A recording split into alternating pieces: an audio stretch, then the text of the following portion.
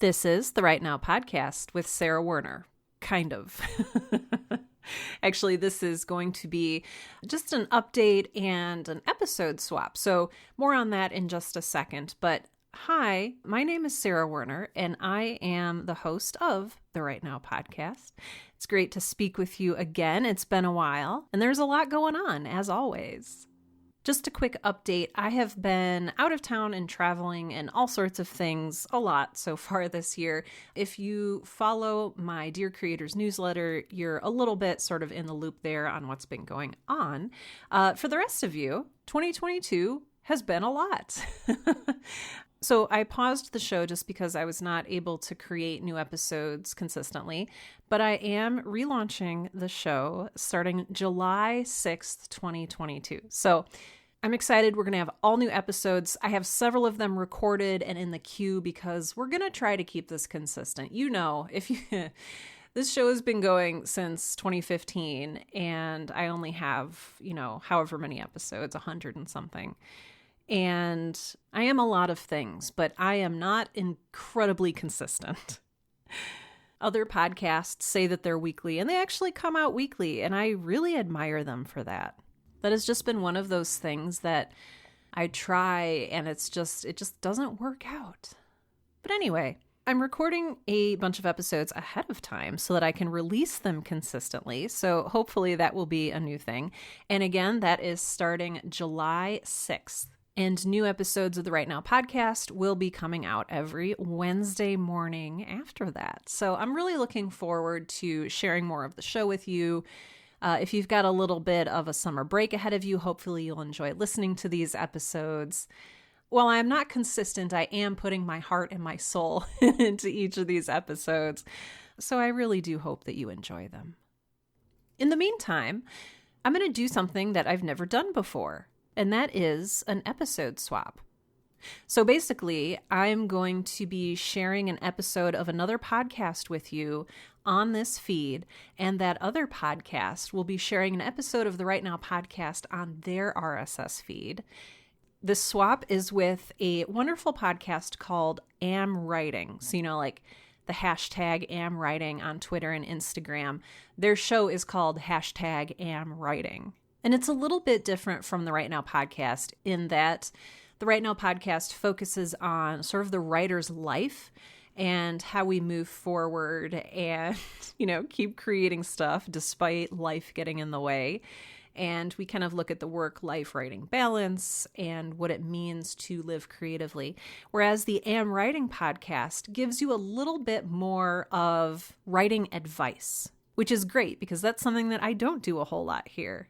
So the Am Writing podcast gives entertaining, actionable advice on craft, productivity, and creativity for writers and journalists in all genres with the hosts Jessica Leahy, KJ Del Antonio, and Serena Bowen.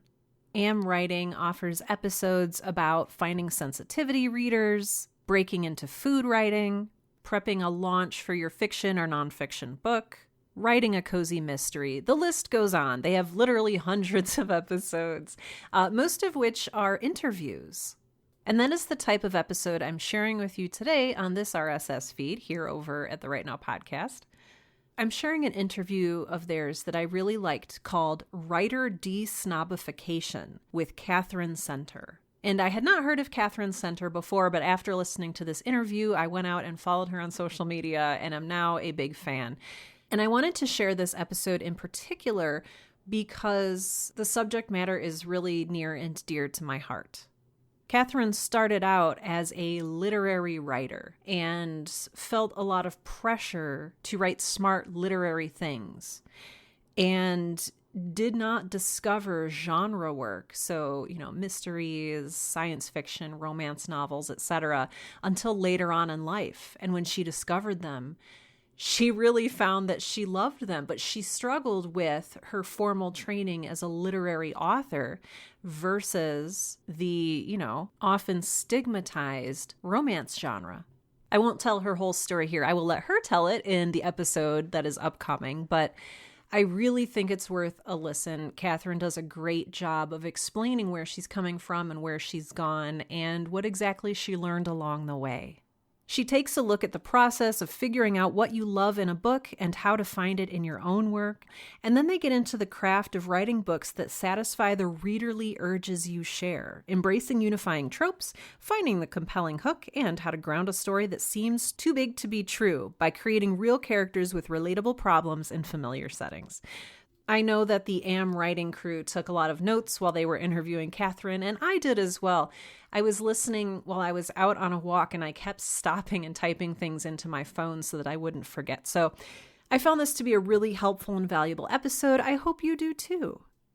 Again, this podcast is called #AmWriting, and if you're looking for it on whatever podcast app you prefer to use, it has very interesting cover art. It is a yellow square of cover art with a drawing of a chicken on it, and underneath it says #AmWriting.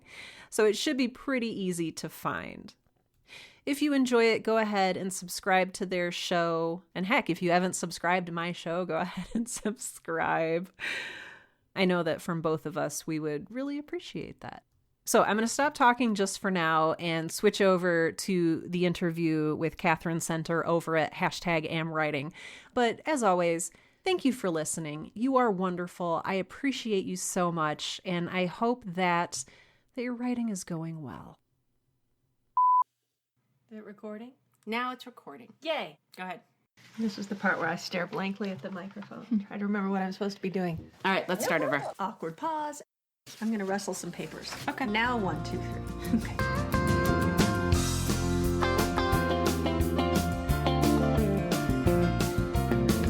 Hey, I'm KJ Delatonia, and this is #AmWriting, the podcast about writing all the things that I can remember. Short things, long things, fiction, nonfiction, pitches, proposals. We are the weekly podcast about sitting down and getting that work done.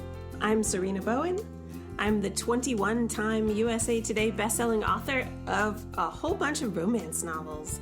My new one is going to be called Must Love Hockey, and it's coming later this month. And Jess is off today, so... I am KJ Delatonia. I am the author of the novel The Chicken Sisters, the nonfiction book How to Be a Happier Parent, and a new novel coming out this summer, In Her Boots. I am also the former editor and lead writer of The Motherlode at the New York Times, where I haven't contributed for a while, and I'm starting to feel like I might possibly write another essay sometime again soon. I'm finally feeling not empty. So that's me. And we have a guest today. We're super excited about it. So I'm going to read an introduction for our guest, who is Catherine Center. Catherine is the author of 9 bittersweet comic novels about how we fall down and how we get back up. Her book, Happiness for Beginners, is in the process of being made into a Netflix movie. And you can watch the adaptation of an earlier book, The Lost Husband, right now. I would call her books propulsive and plotty, and yet they are also deeply character-driven, and we're going to be talking about that. Catherine says she writes big-hearted books about resilience and struggle and ways to savor life's moment of grace. Welcome! Thank you! Thanks for coming. Oh my gosh! I'm so excited to be here. Thank you for inviting me. We have endless questions for Catherine, and any regular listener of the podcast knows that we mention your books a lot because we really enjoy them. And I wanted to start by talking about, let's go back in time and talk about the evolution of your career. So listeners, Catherine has published 8 books now, and the 9th is coming in the summer of 2022. We will be vaguely pub date sisters. We're pretty close. But your earlier books are, it goes 07, 09, 10, 13, 15, 18, 19, 20, and then 22. And I'm going to ask sort of a long-winded question here, because your first books, the earlier ones, they're about sisterhood and single motherhood and finding yourself. And they were certainly, there's plenty of plot. Lots in there, lots to read, but you got more plotty as time went on. And you started also to lean into what I would call big drama. Paralysis, bigger medical issues. One's a spoiler, so I'm not going to get into it. Teachers dealing with the threats of their profession. So there's lots of romance and there's lots of character growth, but there's also all this other stuff going on. And I wanted to ask, now you can talk for a long time, how did you sort of evolve into this place? Ooh, that's a good question. So, I think you're right. I think I definitely have shifted over time in terms of where I focus. And I started out writing, and I had a lot of literary training. I thought of myself as very literary in high school, and then I went off to Vassar College, which is a rather literary place, and I won the Vassar College Fiction Prize, and wanted to be kind of like a fancy person. And then I moved home to Houston and went to the University of Houston's creative writing program, which is ranked second in the nation. It is very on the literary end of things, and I got a master's in fiction writing from there. And so all of my early training was like, I was reading like Faulkner, I was reading very, very literary stuff. And I thought that if you wanted to be, when I was a lot younger, I really thought that if you wanted to be a good writer, you needed to be a literary writer. And I would say that from then on, that was, I went to grad school when I was 22 or 23. So I was very young, and I thought I was old at the time, but I figured out that I was not. And I found that most of my writing life from sort of then on has been this sort of process of de-snobification. I love it. I had to let a lot of those assumptions that I absorbed as a teenager and early 20s person, without really questioning those things. I've had to rethink them, right? And I've had to come up with very slowly over time my own definition of what it means to be a good writer, what a good story is. And, I actually think that definition is a little bit different for everybody, right? It sort of depends on what you like. If I see a review of my book that's like, well, I normally only ever read thrillers, but I read this Catherine Center book and it didn't do anything for me. I'm like, well, of course, it's not a thrill. If that's what you like, then this book isn't going to do anything for you, right? Because you are looking for something else.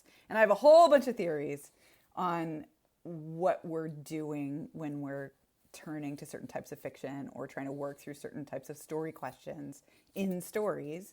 But basically, I went through a long period after grad school where I could not get published anywhere. I spent basically 8 solid years sending short stories to the New Yorker and getting rejected. That's what I did. I went to grad school and then I taught creative writing to little kids and got rejected for years. And it was kind of only through that process of things not kind of going the way I wanted them to go or thought they ought to go or expected them to go that I was kind of forced to kind of get back in there and figure out, okay, why am I doing this?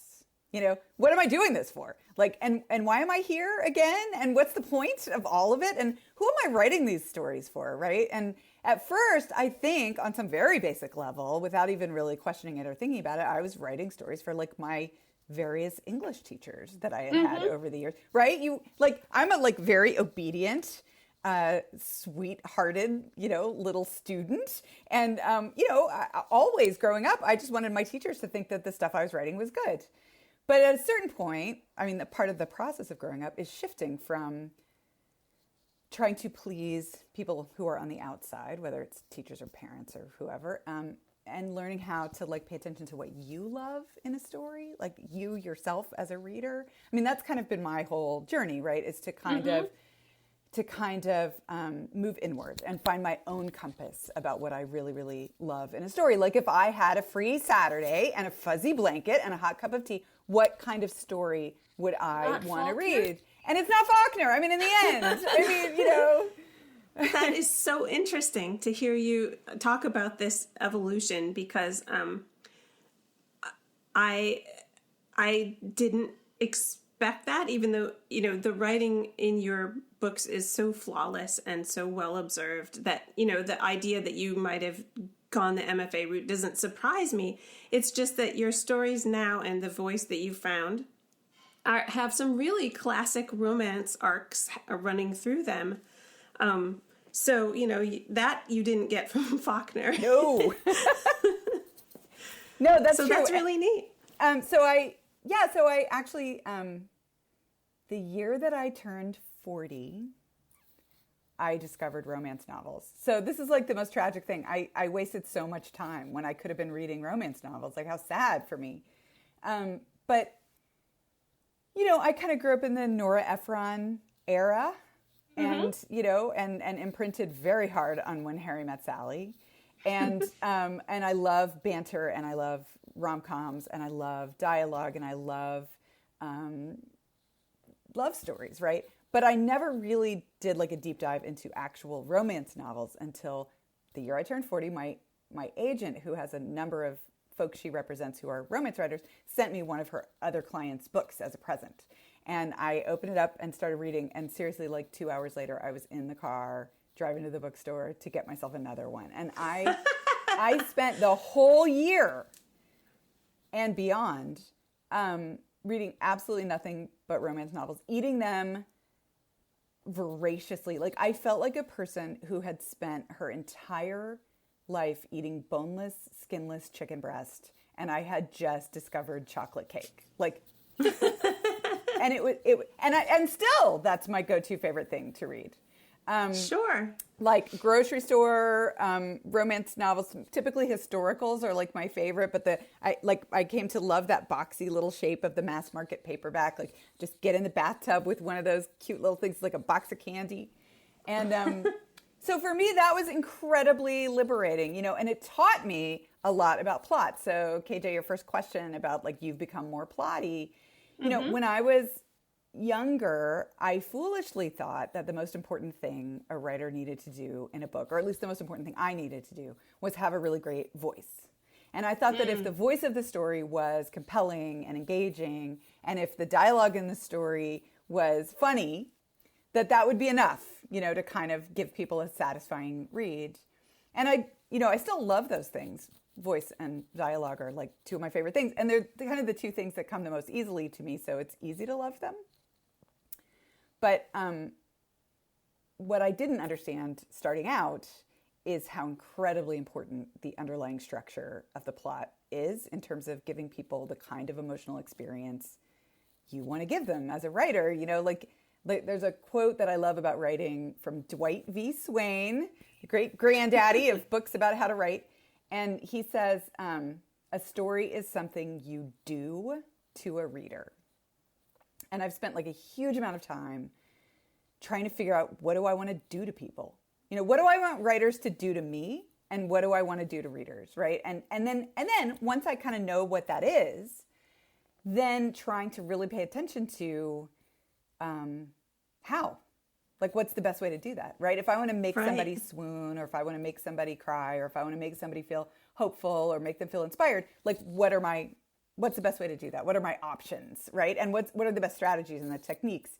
And so, I have definitely become more plotty, and it's partly just because I've gotten better at plot. I mean, I've really worked very, very hard to understand what the underlying structure needs to be for a read to be satisfying. To me, I mean, there's plenty of ways to structure a story, but like when I've read a book that just totally, astonished me and left me thinking about it for days, or a book that I couldn't put down, a book that kept me up until like 2 a.m, what was the structure of that book? Like, how did that writer get me hooked in that crazy way? And so every time I read a book like that, I break it down. I've got tons and tons of notes. I mean, I really, really am constantly studying it and thinking about it and trying to figure it out, ripping everything apart. That is super cool and such a mature, way to realize that you've got control of the vehicle. And I love that a story is something you do to someone else. That's really neat. And it reminds me of figuring out that I was in charge of where the lens was pointed. Sort of like a magician, like, hey, look over here, like you can do that. It's all, under your control. Yeah, you can do it, and you need to do it. Like, the better you are at doing that stuff, the better you are at surprising people and, setting things up and paying them off. And, but it's a process. Like, I think I really love the books that I'm writing now.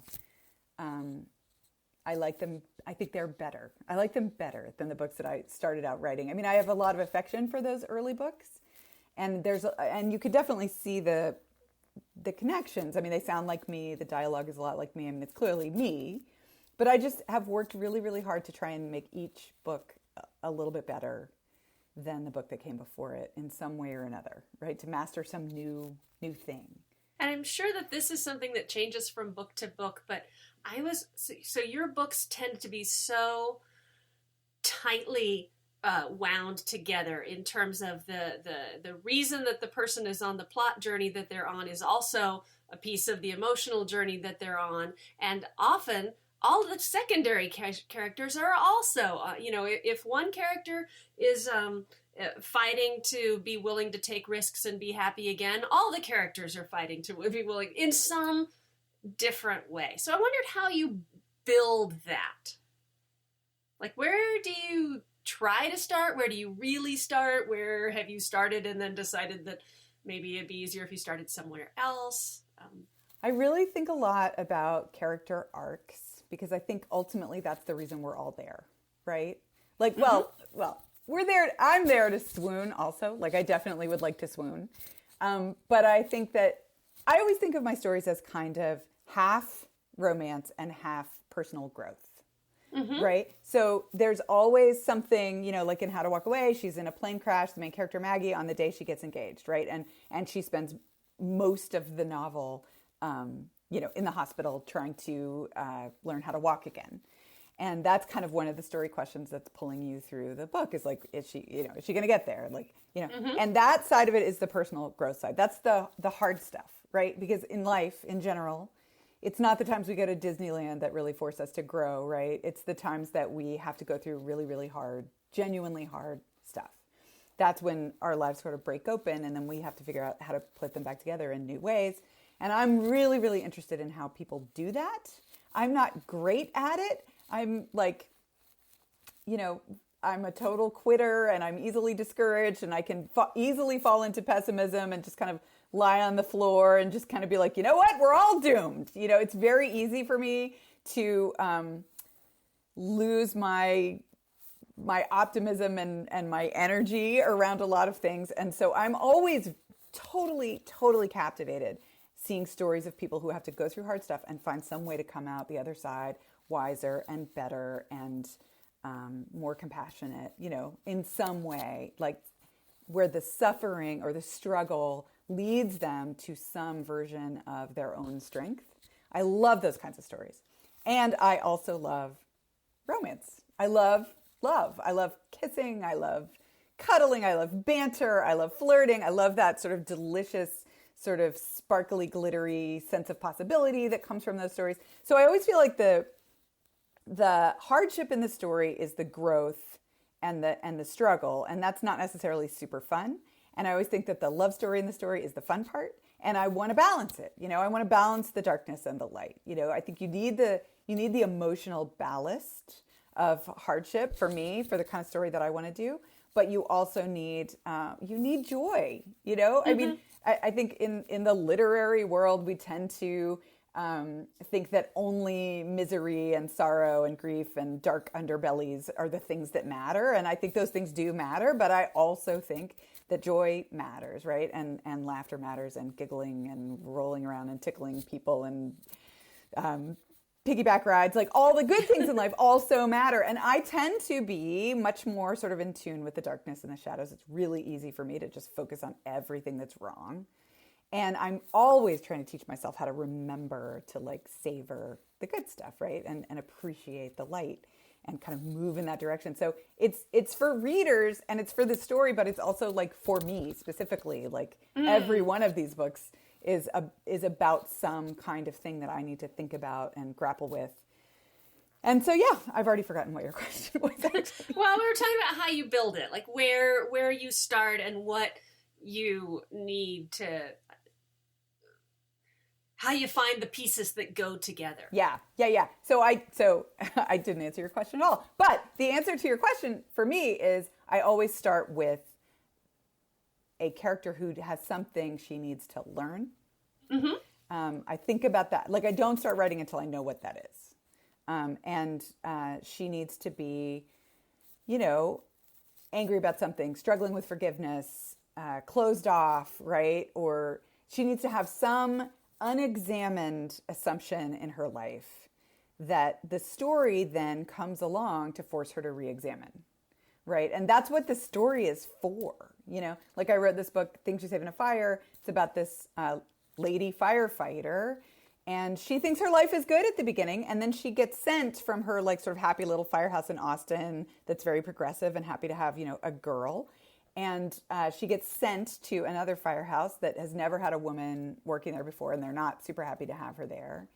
And everything in that move, everything in that change is there to kind of break her open and force her to re-examine what really matters in her life and who she wants to be. So it's hard, you know, it's hard. She has to give up something that was comfortable and easy and that she thought she had it all figured out. And she has to go to a situation that's not easy or comfortable. But that process is where the change comes from, right? That process is where she has to figure out how to be a better version of herself. And so that's where the growth comes from. And that's something I love. And for me, the love story is always a part of that growth, right? Mm-hmm. So when she gets to that firehouse, she thinks it's a disaster that she's finding herself attracted to this super cute rookie in the firehouse. And I mean, technically it is, given the parameters that she's set up for her life. But of course, you know, his kindness and his warmth and the fact that he's always baking cookies and adopting puppies and looking after her, all of that stuff helps her reevaluate what really matters in the life that she's set up for herself. So it's hard, but it's good for her in the end in other ways. I loved in that book that you didn't back away from what you wanted to accomplish with him specifically. Like, he's a little bit over the top in a wonderful way. You know, you're like, he's already dazzling. Let's put a puppy in this man's hands, you know? Like, it's not enough that he's already super cool. We're going to have to put a puppy, you know, in the scene because, you know, we're going all the way. Yeah, absolutely. No fear.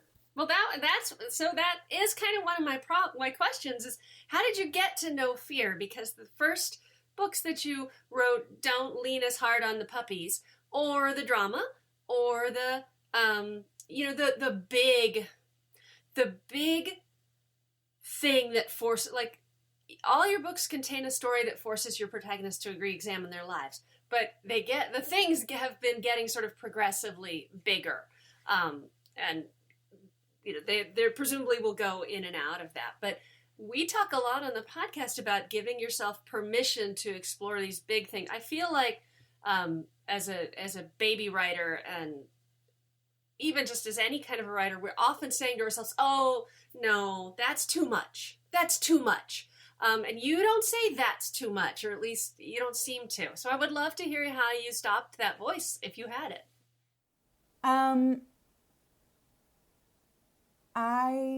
Gosh, that's a really good question. You know, I think that basically I think it's that the thing that kind of helps you feel sure-footed as you decide what your story is going to be about and where it's going to go. For me, I think it's following that compass. It's being really, really comfortable with knowing what it is that I like in a story, right? Mm-hmm. And like, so for example, like every book I ever read, well, maybe not every, but a lot of the books that I read, I take notes on them. I don't review them on Goodreads because I never ever want to hurt anyone's feelings. But I have like a personal, you know, little Word document on my computer where every time I read a book, I go and I write about it. And I write about like, what was my reaction? What worked? What didn't work? You know, but what I really, really, really try to focus on more than what didn't work is what I loved. You know, I try to let the stuff that wasn't working for me go, because I very much believe that you can never show yourself the path of where to go by talking about where not to go. Mm-hmm. So I really try to focus on, okay, what can I learn from this book? What did I love about this book? What part, you know, captured me in some way or another? What can I admire here? So in some really essential way, I think the older I get, the more I have allowed love to be my guide, you know? And I just find myself like following what I'm drawn to and what I love and kind of trusting my own instincts about that. I mean, the hope for me is that if I write the kind of book that I love, hopefully there'll be other people out there who want to love it too. I mean, who are looking for that same thing, you know? And so, for example, I have a new book coming out this summer. It's called The Bodyguard.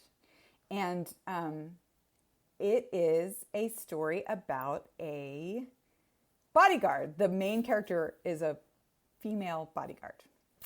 And she gets hired to protect kind of a world famous actor. And I agree with you. This is a much bigger kind of story, right? And I'm there for it, by the way. Well, I mean, there are so many things in that sentence that I am there for, which is another thing that we talk about a lot on the podcast and in recording our own books is what is your id? Crave, this is a Rebecca Lynn Barnes way of putting it, but what is your id crave in a story? What is it that for you, you're like, what? Twins separated at birth? So there, you know, what is it? So anyway, I'm there for all that. No, I agree with that. I mean, I certainly pay a lot more attention to tropes as a grown-up writer than I did when I was younger. When I was younger, I thought you were supposed to like be original. Right, those are bad. I mean, I can't do that. Yeah. That's been done. And I worried a lot about, I was like, I wanted to like make my own story that had no relationship to anybody else's story that had ever happened, you know? Mm-hmm. And I don't worry about any of that anymore. Like, I'm all about the tropes now because the tropes are there for a reason. You know, they are engaging and they are compelling and they immediately get us sort of hooked and curious about what's going to happen. And I also think, they teach you in grad school to worry so much about cliches, right? But I really think that cliches are much more about how you write it than about what you're writing about. I think you can take a big trope and do it in a really authentic, complex way that feels very fresh. And to me, that's not, even if the trope's been done a million times, if you're rendering it in a way that feels unique, then you're good. You're good. Right. Mm-hmm. Well, and because as a reader, as a writer, you're like, well, I can't write a book about a bodyguard and a famous person because that's been done. But as a reader, you're like, please bring me all the books about bodyguards and famous people and stack them right here. And that's what I'll do for the month of February. So It's funny. So when I first started coming up with this idea, and this was the book that I was writing during the pandemic, right? So during lockdown in 2020, I at first wanted to write a story about a lady bodyguard. I knew that from the very beginning, but I wasn't sure who she was going to be protecting. So I was sort of flipping through, doing research and looking around, like, what kind of people do bodyguards protect? Well, they protect business people, like wealthy business people traveling. They protect actors, and they protect like witnesses in trials and stuff. So my literary training was kind of like, okay, what's the least interesting one? What is the saddest and least interesting of these possibilities? What's the grayest? What's the grimmest one of these I can come up with, Mr. MFA? Right. Guy in my MFA. Right. Because, yes, exactly. Because my literary training wanted it to be as quote unquote realistic as possible. So let's pick something that just sounds like boring old everyday life. So I started with Jack Stapleton, who is kind of the love interest in the story, as a scientist who had been working for a company that had been engaged in some kind of malfeasance, and he was having to testify against them. And she was hired to, kind of keep him safe during the trial. And I just couldn't make myself do the research on his job. Like, I just wasn't interested in it. And I was trying to make myself do it. And it felt like homework and I didn't want to do it. And finally, I wound up having this conversation with my editor where I was like, I'm just struggling with this guy's job. I don't care about the corporate malfeasance. I'm just not interested. And she was like, well, why can't he be an actor? And it was just this really funny... because that would be too much fun and I would enjoy it too much and readers would really like it. Yeah. So, and we don't want that. So that's literally what I said to her. I was like, isn't that too fun? And there was this long pause and then she just went, you know what? It's 2020. Nothing is too fun. There's no such thing as too fun anymore. But it did take me a second to kind of give myself permission to lean into a story that on the outside sounded so false, you know? But fortunately, I had already done a lot of other work on her job. Like I had done a huge amount of research on like why women bodyguards are in like high demand and how those jobs work and what they do and what the job is really about versus what you would think it would be about. So I kind of already had this sort of authenticity portal for getting into the story. And then for me, it was really very much about just figuring out who these people were and making them both very, very real, you know, and bringing as much authenticity into it as possible. So that the idea of the story is kind of like larger than life and kind of very sort of high concept, but the people feel utterly, utterly real to me. And it's set on a Texas ranch because Jack has come home to Texas, where he's from, because his mother has breast cancer and she's going through treatment. So he's come home to sort of be with her during the treatment. And for me, that was anchoring, just that situation right there, because that's the kind of situation in life that just bypasses all of the bullshit out there in the world, right? When someone you love is ill, suddenly everything's totally real, right? There's no fantasy there anymore. And then, but then I wound up setting the story on their ranch, the Stapleton's Texas Cattle Ranch. And I am from Texas, and we have a cattle ranch in my family. And it was my grandparents' place. And I grew up running around on this cattle ranch. I mean, we have, 500 acres on the Brazos River, and my mom is literally like a cattle breeder. So I set this sort of very fantastical story in this actual real place. Like the Stapleton's house is my grandparents' house, right? Yeah. The kitchen where Jack's dad is burning bacon is the kitchen that was my grandparents' kitchen. So I surrounded sort of the bigger fantasy sort of elements of the story with things that felt utterly, utterly real. I mean, there's a scene where the main character almost drowns in the Brazos River, and I've spent so much of my life being told not to drown in the Brazos River by my mother because the Brazos River is a very dangerous river that you're not supposed to swim in. So yeah, I think this story is sort of bigger in those ways than a lot of the other stories that I've written. And I did, in this situation, kind of have to give myself permission to be like, all right, we're doing this. But I also think it wasn't that hard to give myself that permission because I know that as a reader, I would love that story. Like, I'm in, you know? Like, to me, that I am already hooked. Even, just hearing what the elements of the story, I myself, as a reader, am hooked. So, yeah. So I think it's giving yourself that permission, I think, is about understanding and knowing from the inside out what it is that you really love. Right. I love that. Yeah. Well, I could go on pretty much all day, but this is about as much talking about writing as we usually manage to pull off in the podcast. So I guess we'll stop and maybe try to resume another time. So let's take a quick pause and then we always like to talk about what we've been reading. Well, we love to have our guests go first, Catherine, so give us something good you have been loving lately, because like you and Goodreads, we also don't really... It's hard to write a book, so if there's something we don't care for, that's just because it wasn't for us. We like to talk about things that were for us. Yeah. Well, I've been really lucky. The last 2 books that I read, I loved them both just madly. And so I just read... Christina Lauren's new book, and it's not out yet. It's going to come out in the spring or the summer. It's called Something Wilder. And Christina Lauren, I discovered during the pandemic, and I just feel... As many people did. Yeah, I feel so lucky to have found them. It's 2 friends, Christina and Lauren, writing together.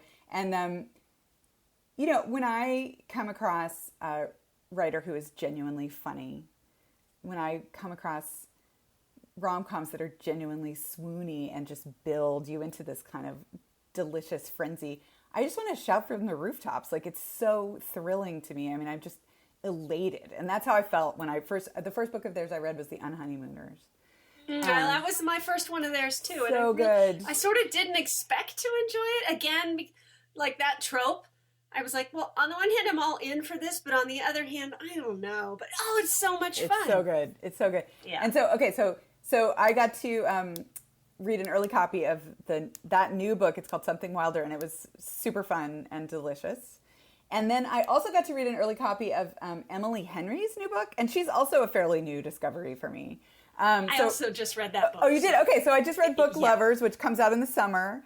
And, again, just like her books are so funny and so wry. Her dialogue is so fantastic, but she's also like, they're very kind of like self-aware, these books, in a way that is, I don't know, just smart and sassy and just super, super fun to read. So I loved both of those books. And it's pretty rare for me to read 2 in a row that I'm totally swooning over, but I did.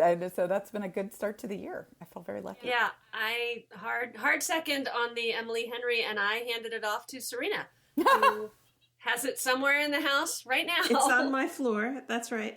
Yeah, I thought that it gave you everything you were hoping for readers. I feel like my new pitch to people is pre-order, because you're giving your future self a little happy gift. And I don't know about anyone else, but my theme this year, and something that I'm just been thinking a lot about, is how much I need things to look forward to. Yep. So if you like sort of took a look and like for every month you're like, I'm going to pre-order a book for February, and I'm going to pre-order one for March, and then you just lined them all up, then every month you would know that past you had selected a nice book for you. I fully agree with that. That's a brilliant way to live your life. So Serena, what have you been reading lately? Well, I just finished a book that's coming out in April called The Long Game by Rachel Reed. And it's lovely. And the thing that's so interesting to me about this book is that it's a true sequel. So Rachel Reed writes a hockey series for Carina. I believe it's Carina, a part of Harlequin. And the book of hers that everyone talks about is called Heated Rivalry. And it's fabulous. It's just a wonderful, amazing writing. A Russian guy and an American guy, and they're rivals, and they have been carrying on a secret relationship for years, and it's so well drawn, just so character driven, and so this book got a lot of chatter. She did an amazing job on it, but she kind of left them in an awkward place. I mean, I felt it was a complete story, but there was still a lot that had to happen to them. And she built a whole series arc about it. And this book is the rest of their story. So it's so hard to go back to a story that readers are super invested in and then take it further and throw more stuff at those people. And, that is just, it's much harder than starting from scratch. And I thought she did an amazing job on it. And it's just really cool to see that. Well, thematically, I'm right with you too, except that the book I just finished is out. In fact, I got it from my library, which is one of my resolutions for this year. I supported my independent bookstore really hard in 2020 and 2021, and I will continue to do so, but I'm going to support my library a little bit too. So I just finished Boyfriend Material by Alexis Hall. We've talked about Alexis Hall before. He is the author of Rosie Palmer Takes the Cake, which both Serena and I really enjoyed. And Boyfriend Material was an earlier book. So funny. I just literally laughed out loud last night as I was finishing it up. There was some line that I just was like, it was just glorious. And what I loved about this book is, you're reading along, and it's a romance. It's a rom-com, but it's a romance. So you read, and there's only like the teeny tiny bit left, and it's like, wait, something's got to go wrong. Because if it doesn't, I love a good happy ending, but a too easy happy ending is a real reader disappointment, right? So I'm trying to figure out what's going to happen here. Like, how is this going to sort of fall apart and come back together and be stronger? And the way that it did was not what I expected, and was so well done and so realistic in what was also an otherwise sort of tropey and somewhat unrealistic book, in the most glorious, happy, hysterical way that is possible. I just thought that the ending was really, really well done. So anyway, I think he's hilarious. Lots of good piles. Yeah, he has a cozy mystery of all things that is only available on Kobo. And I'm going to Kobo just so I can get it. Oh, yes. I know you Kobo, I'm a Serena, Kobo but I reader am not. generally, but yeah, I would totally go there just for him. And yeah, so expect to hear about that later. yeah. And he's also one of the few people I miss seeing on Twitter. Like there's like 4 of them, but his Twitter is hilarious. Well, Alexis Hall, if you're listening, which you aren't, Instagram for us, please. All right, this was great. Catherine, thank you so much. So Catherine's new book, The Bodyguard, will be coming out this summer. It's June, right? I think I want to say July 19th. Oh, July 19th. Okay. Yeah, so kind of in the middle of the summer. Right, so pre-order that to give yourself a special beach surprise arriving in your mailbox. And you will so totally not be sorry. And clearly, the best place to follow Catherine is on Instagram, where you are... just Catherine Center. Yeah, just all smushed together. Yep. Easy peasy lemon squeezy. All right. Well, if you miss us before next Friday, please feel free to swing by the Facebook group, the Am Writing Podcast Facebook group. But until then, keep your butt in the chair and your head in the game.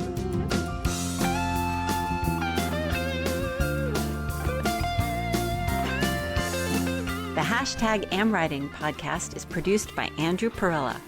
Our intro music, aptly titled Unemployed Monday, was written and played by Max Cohen.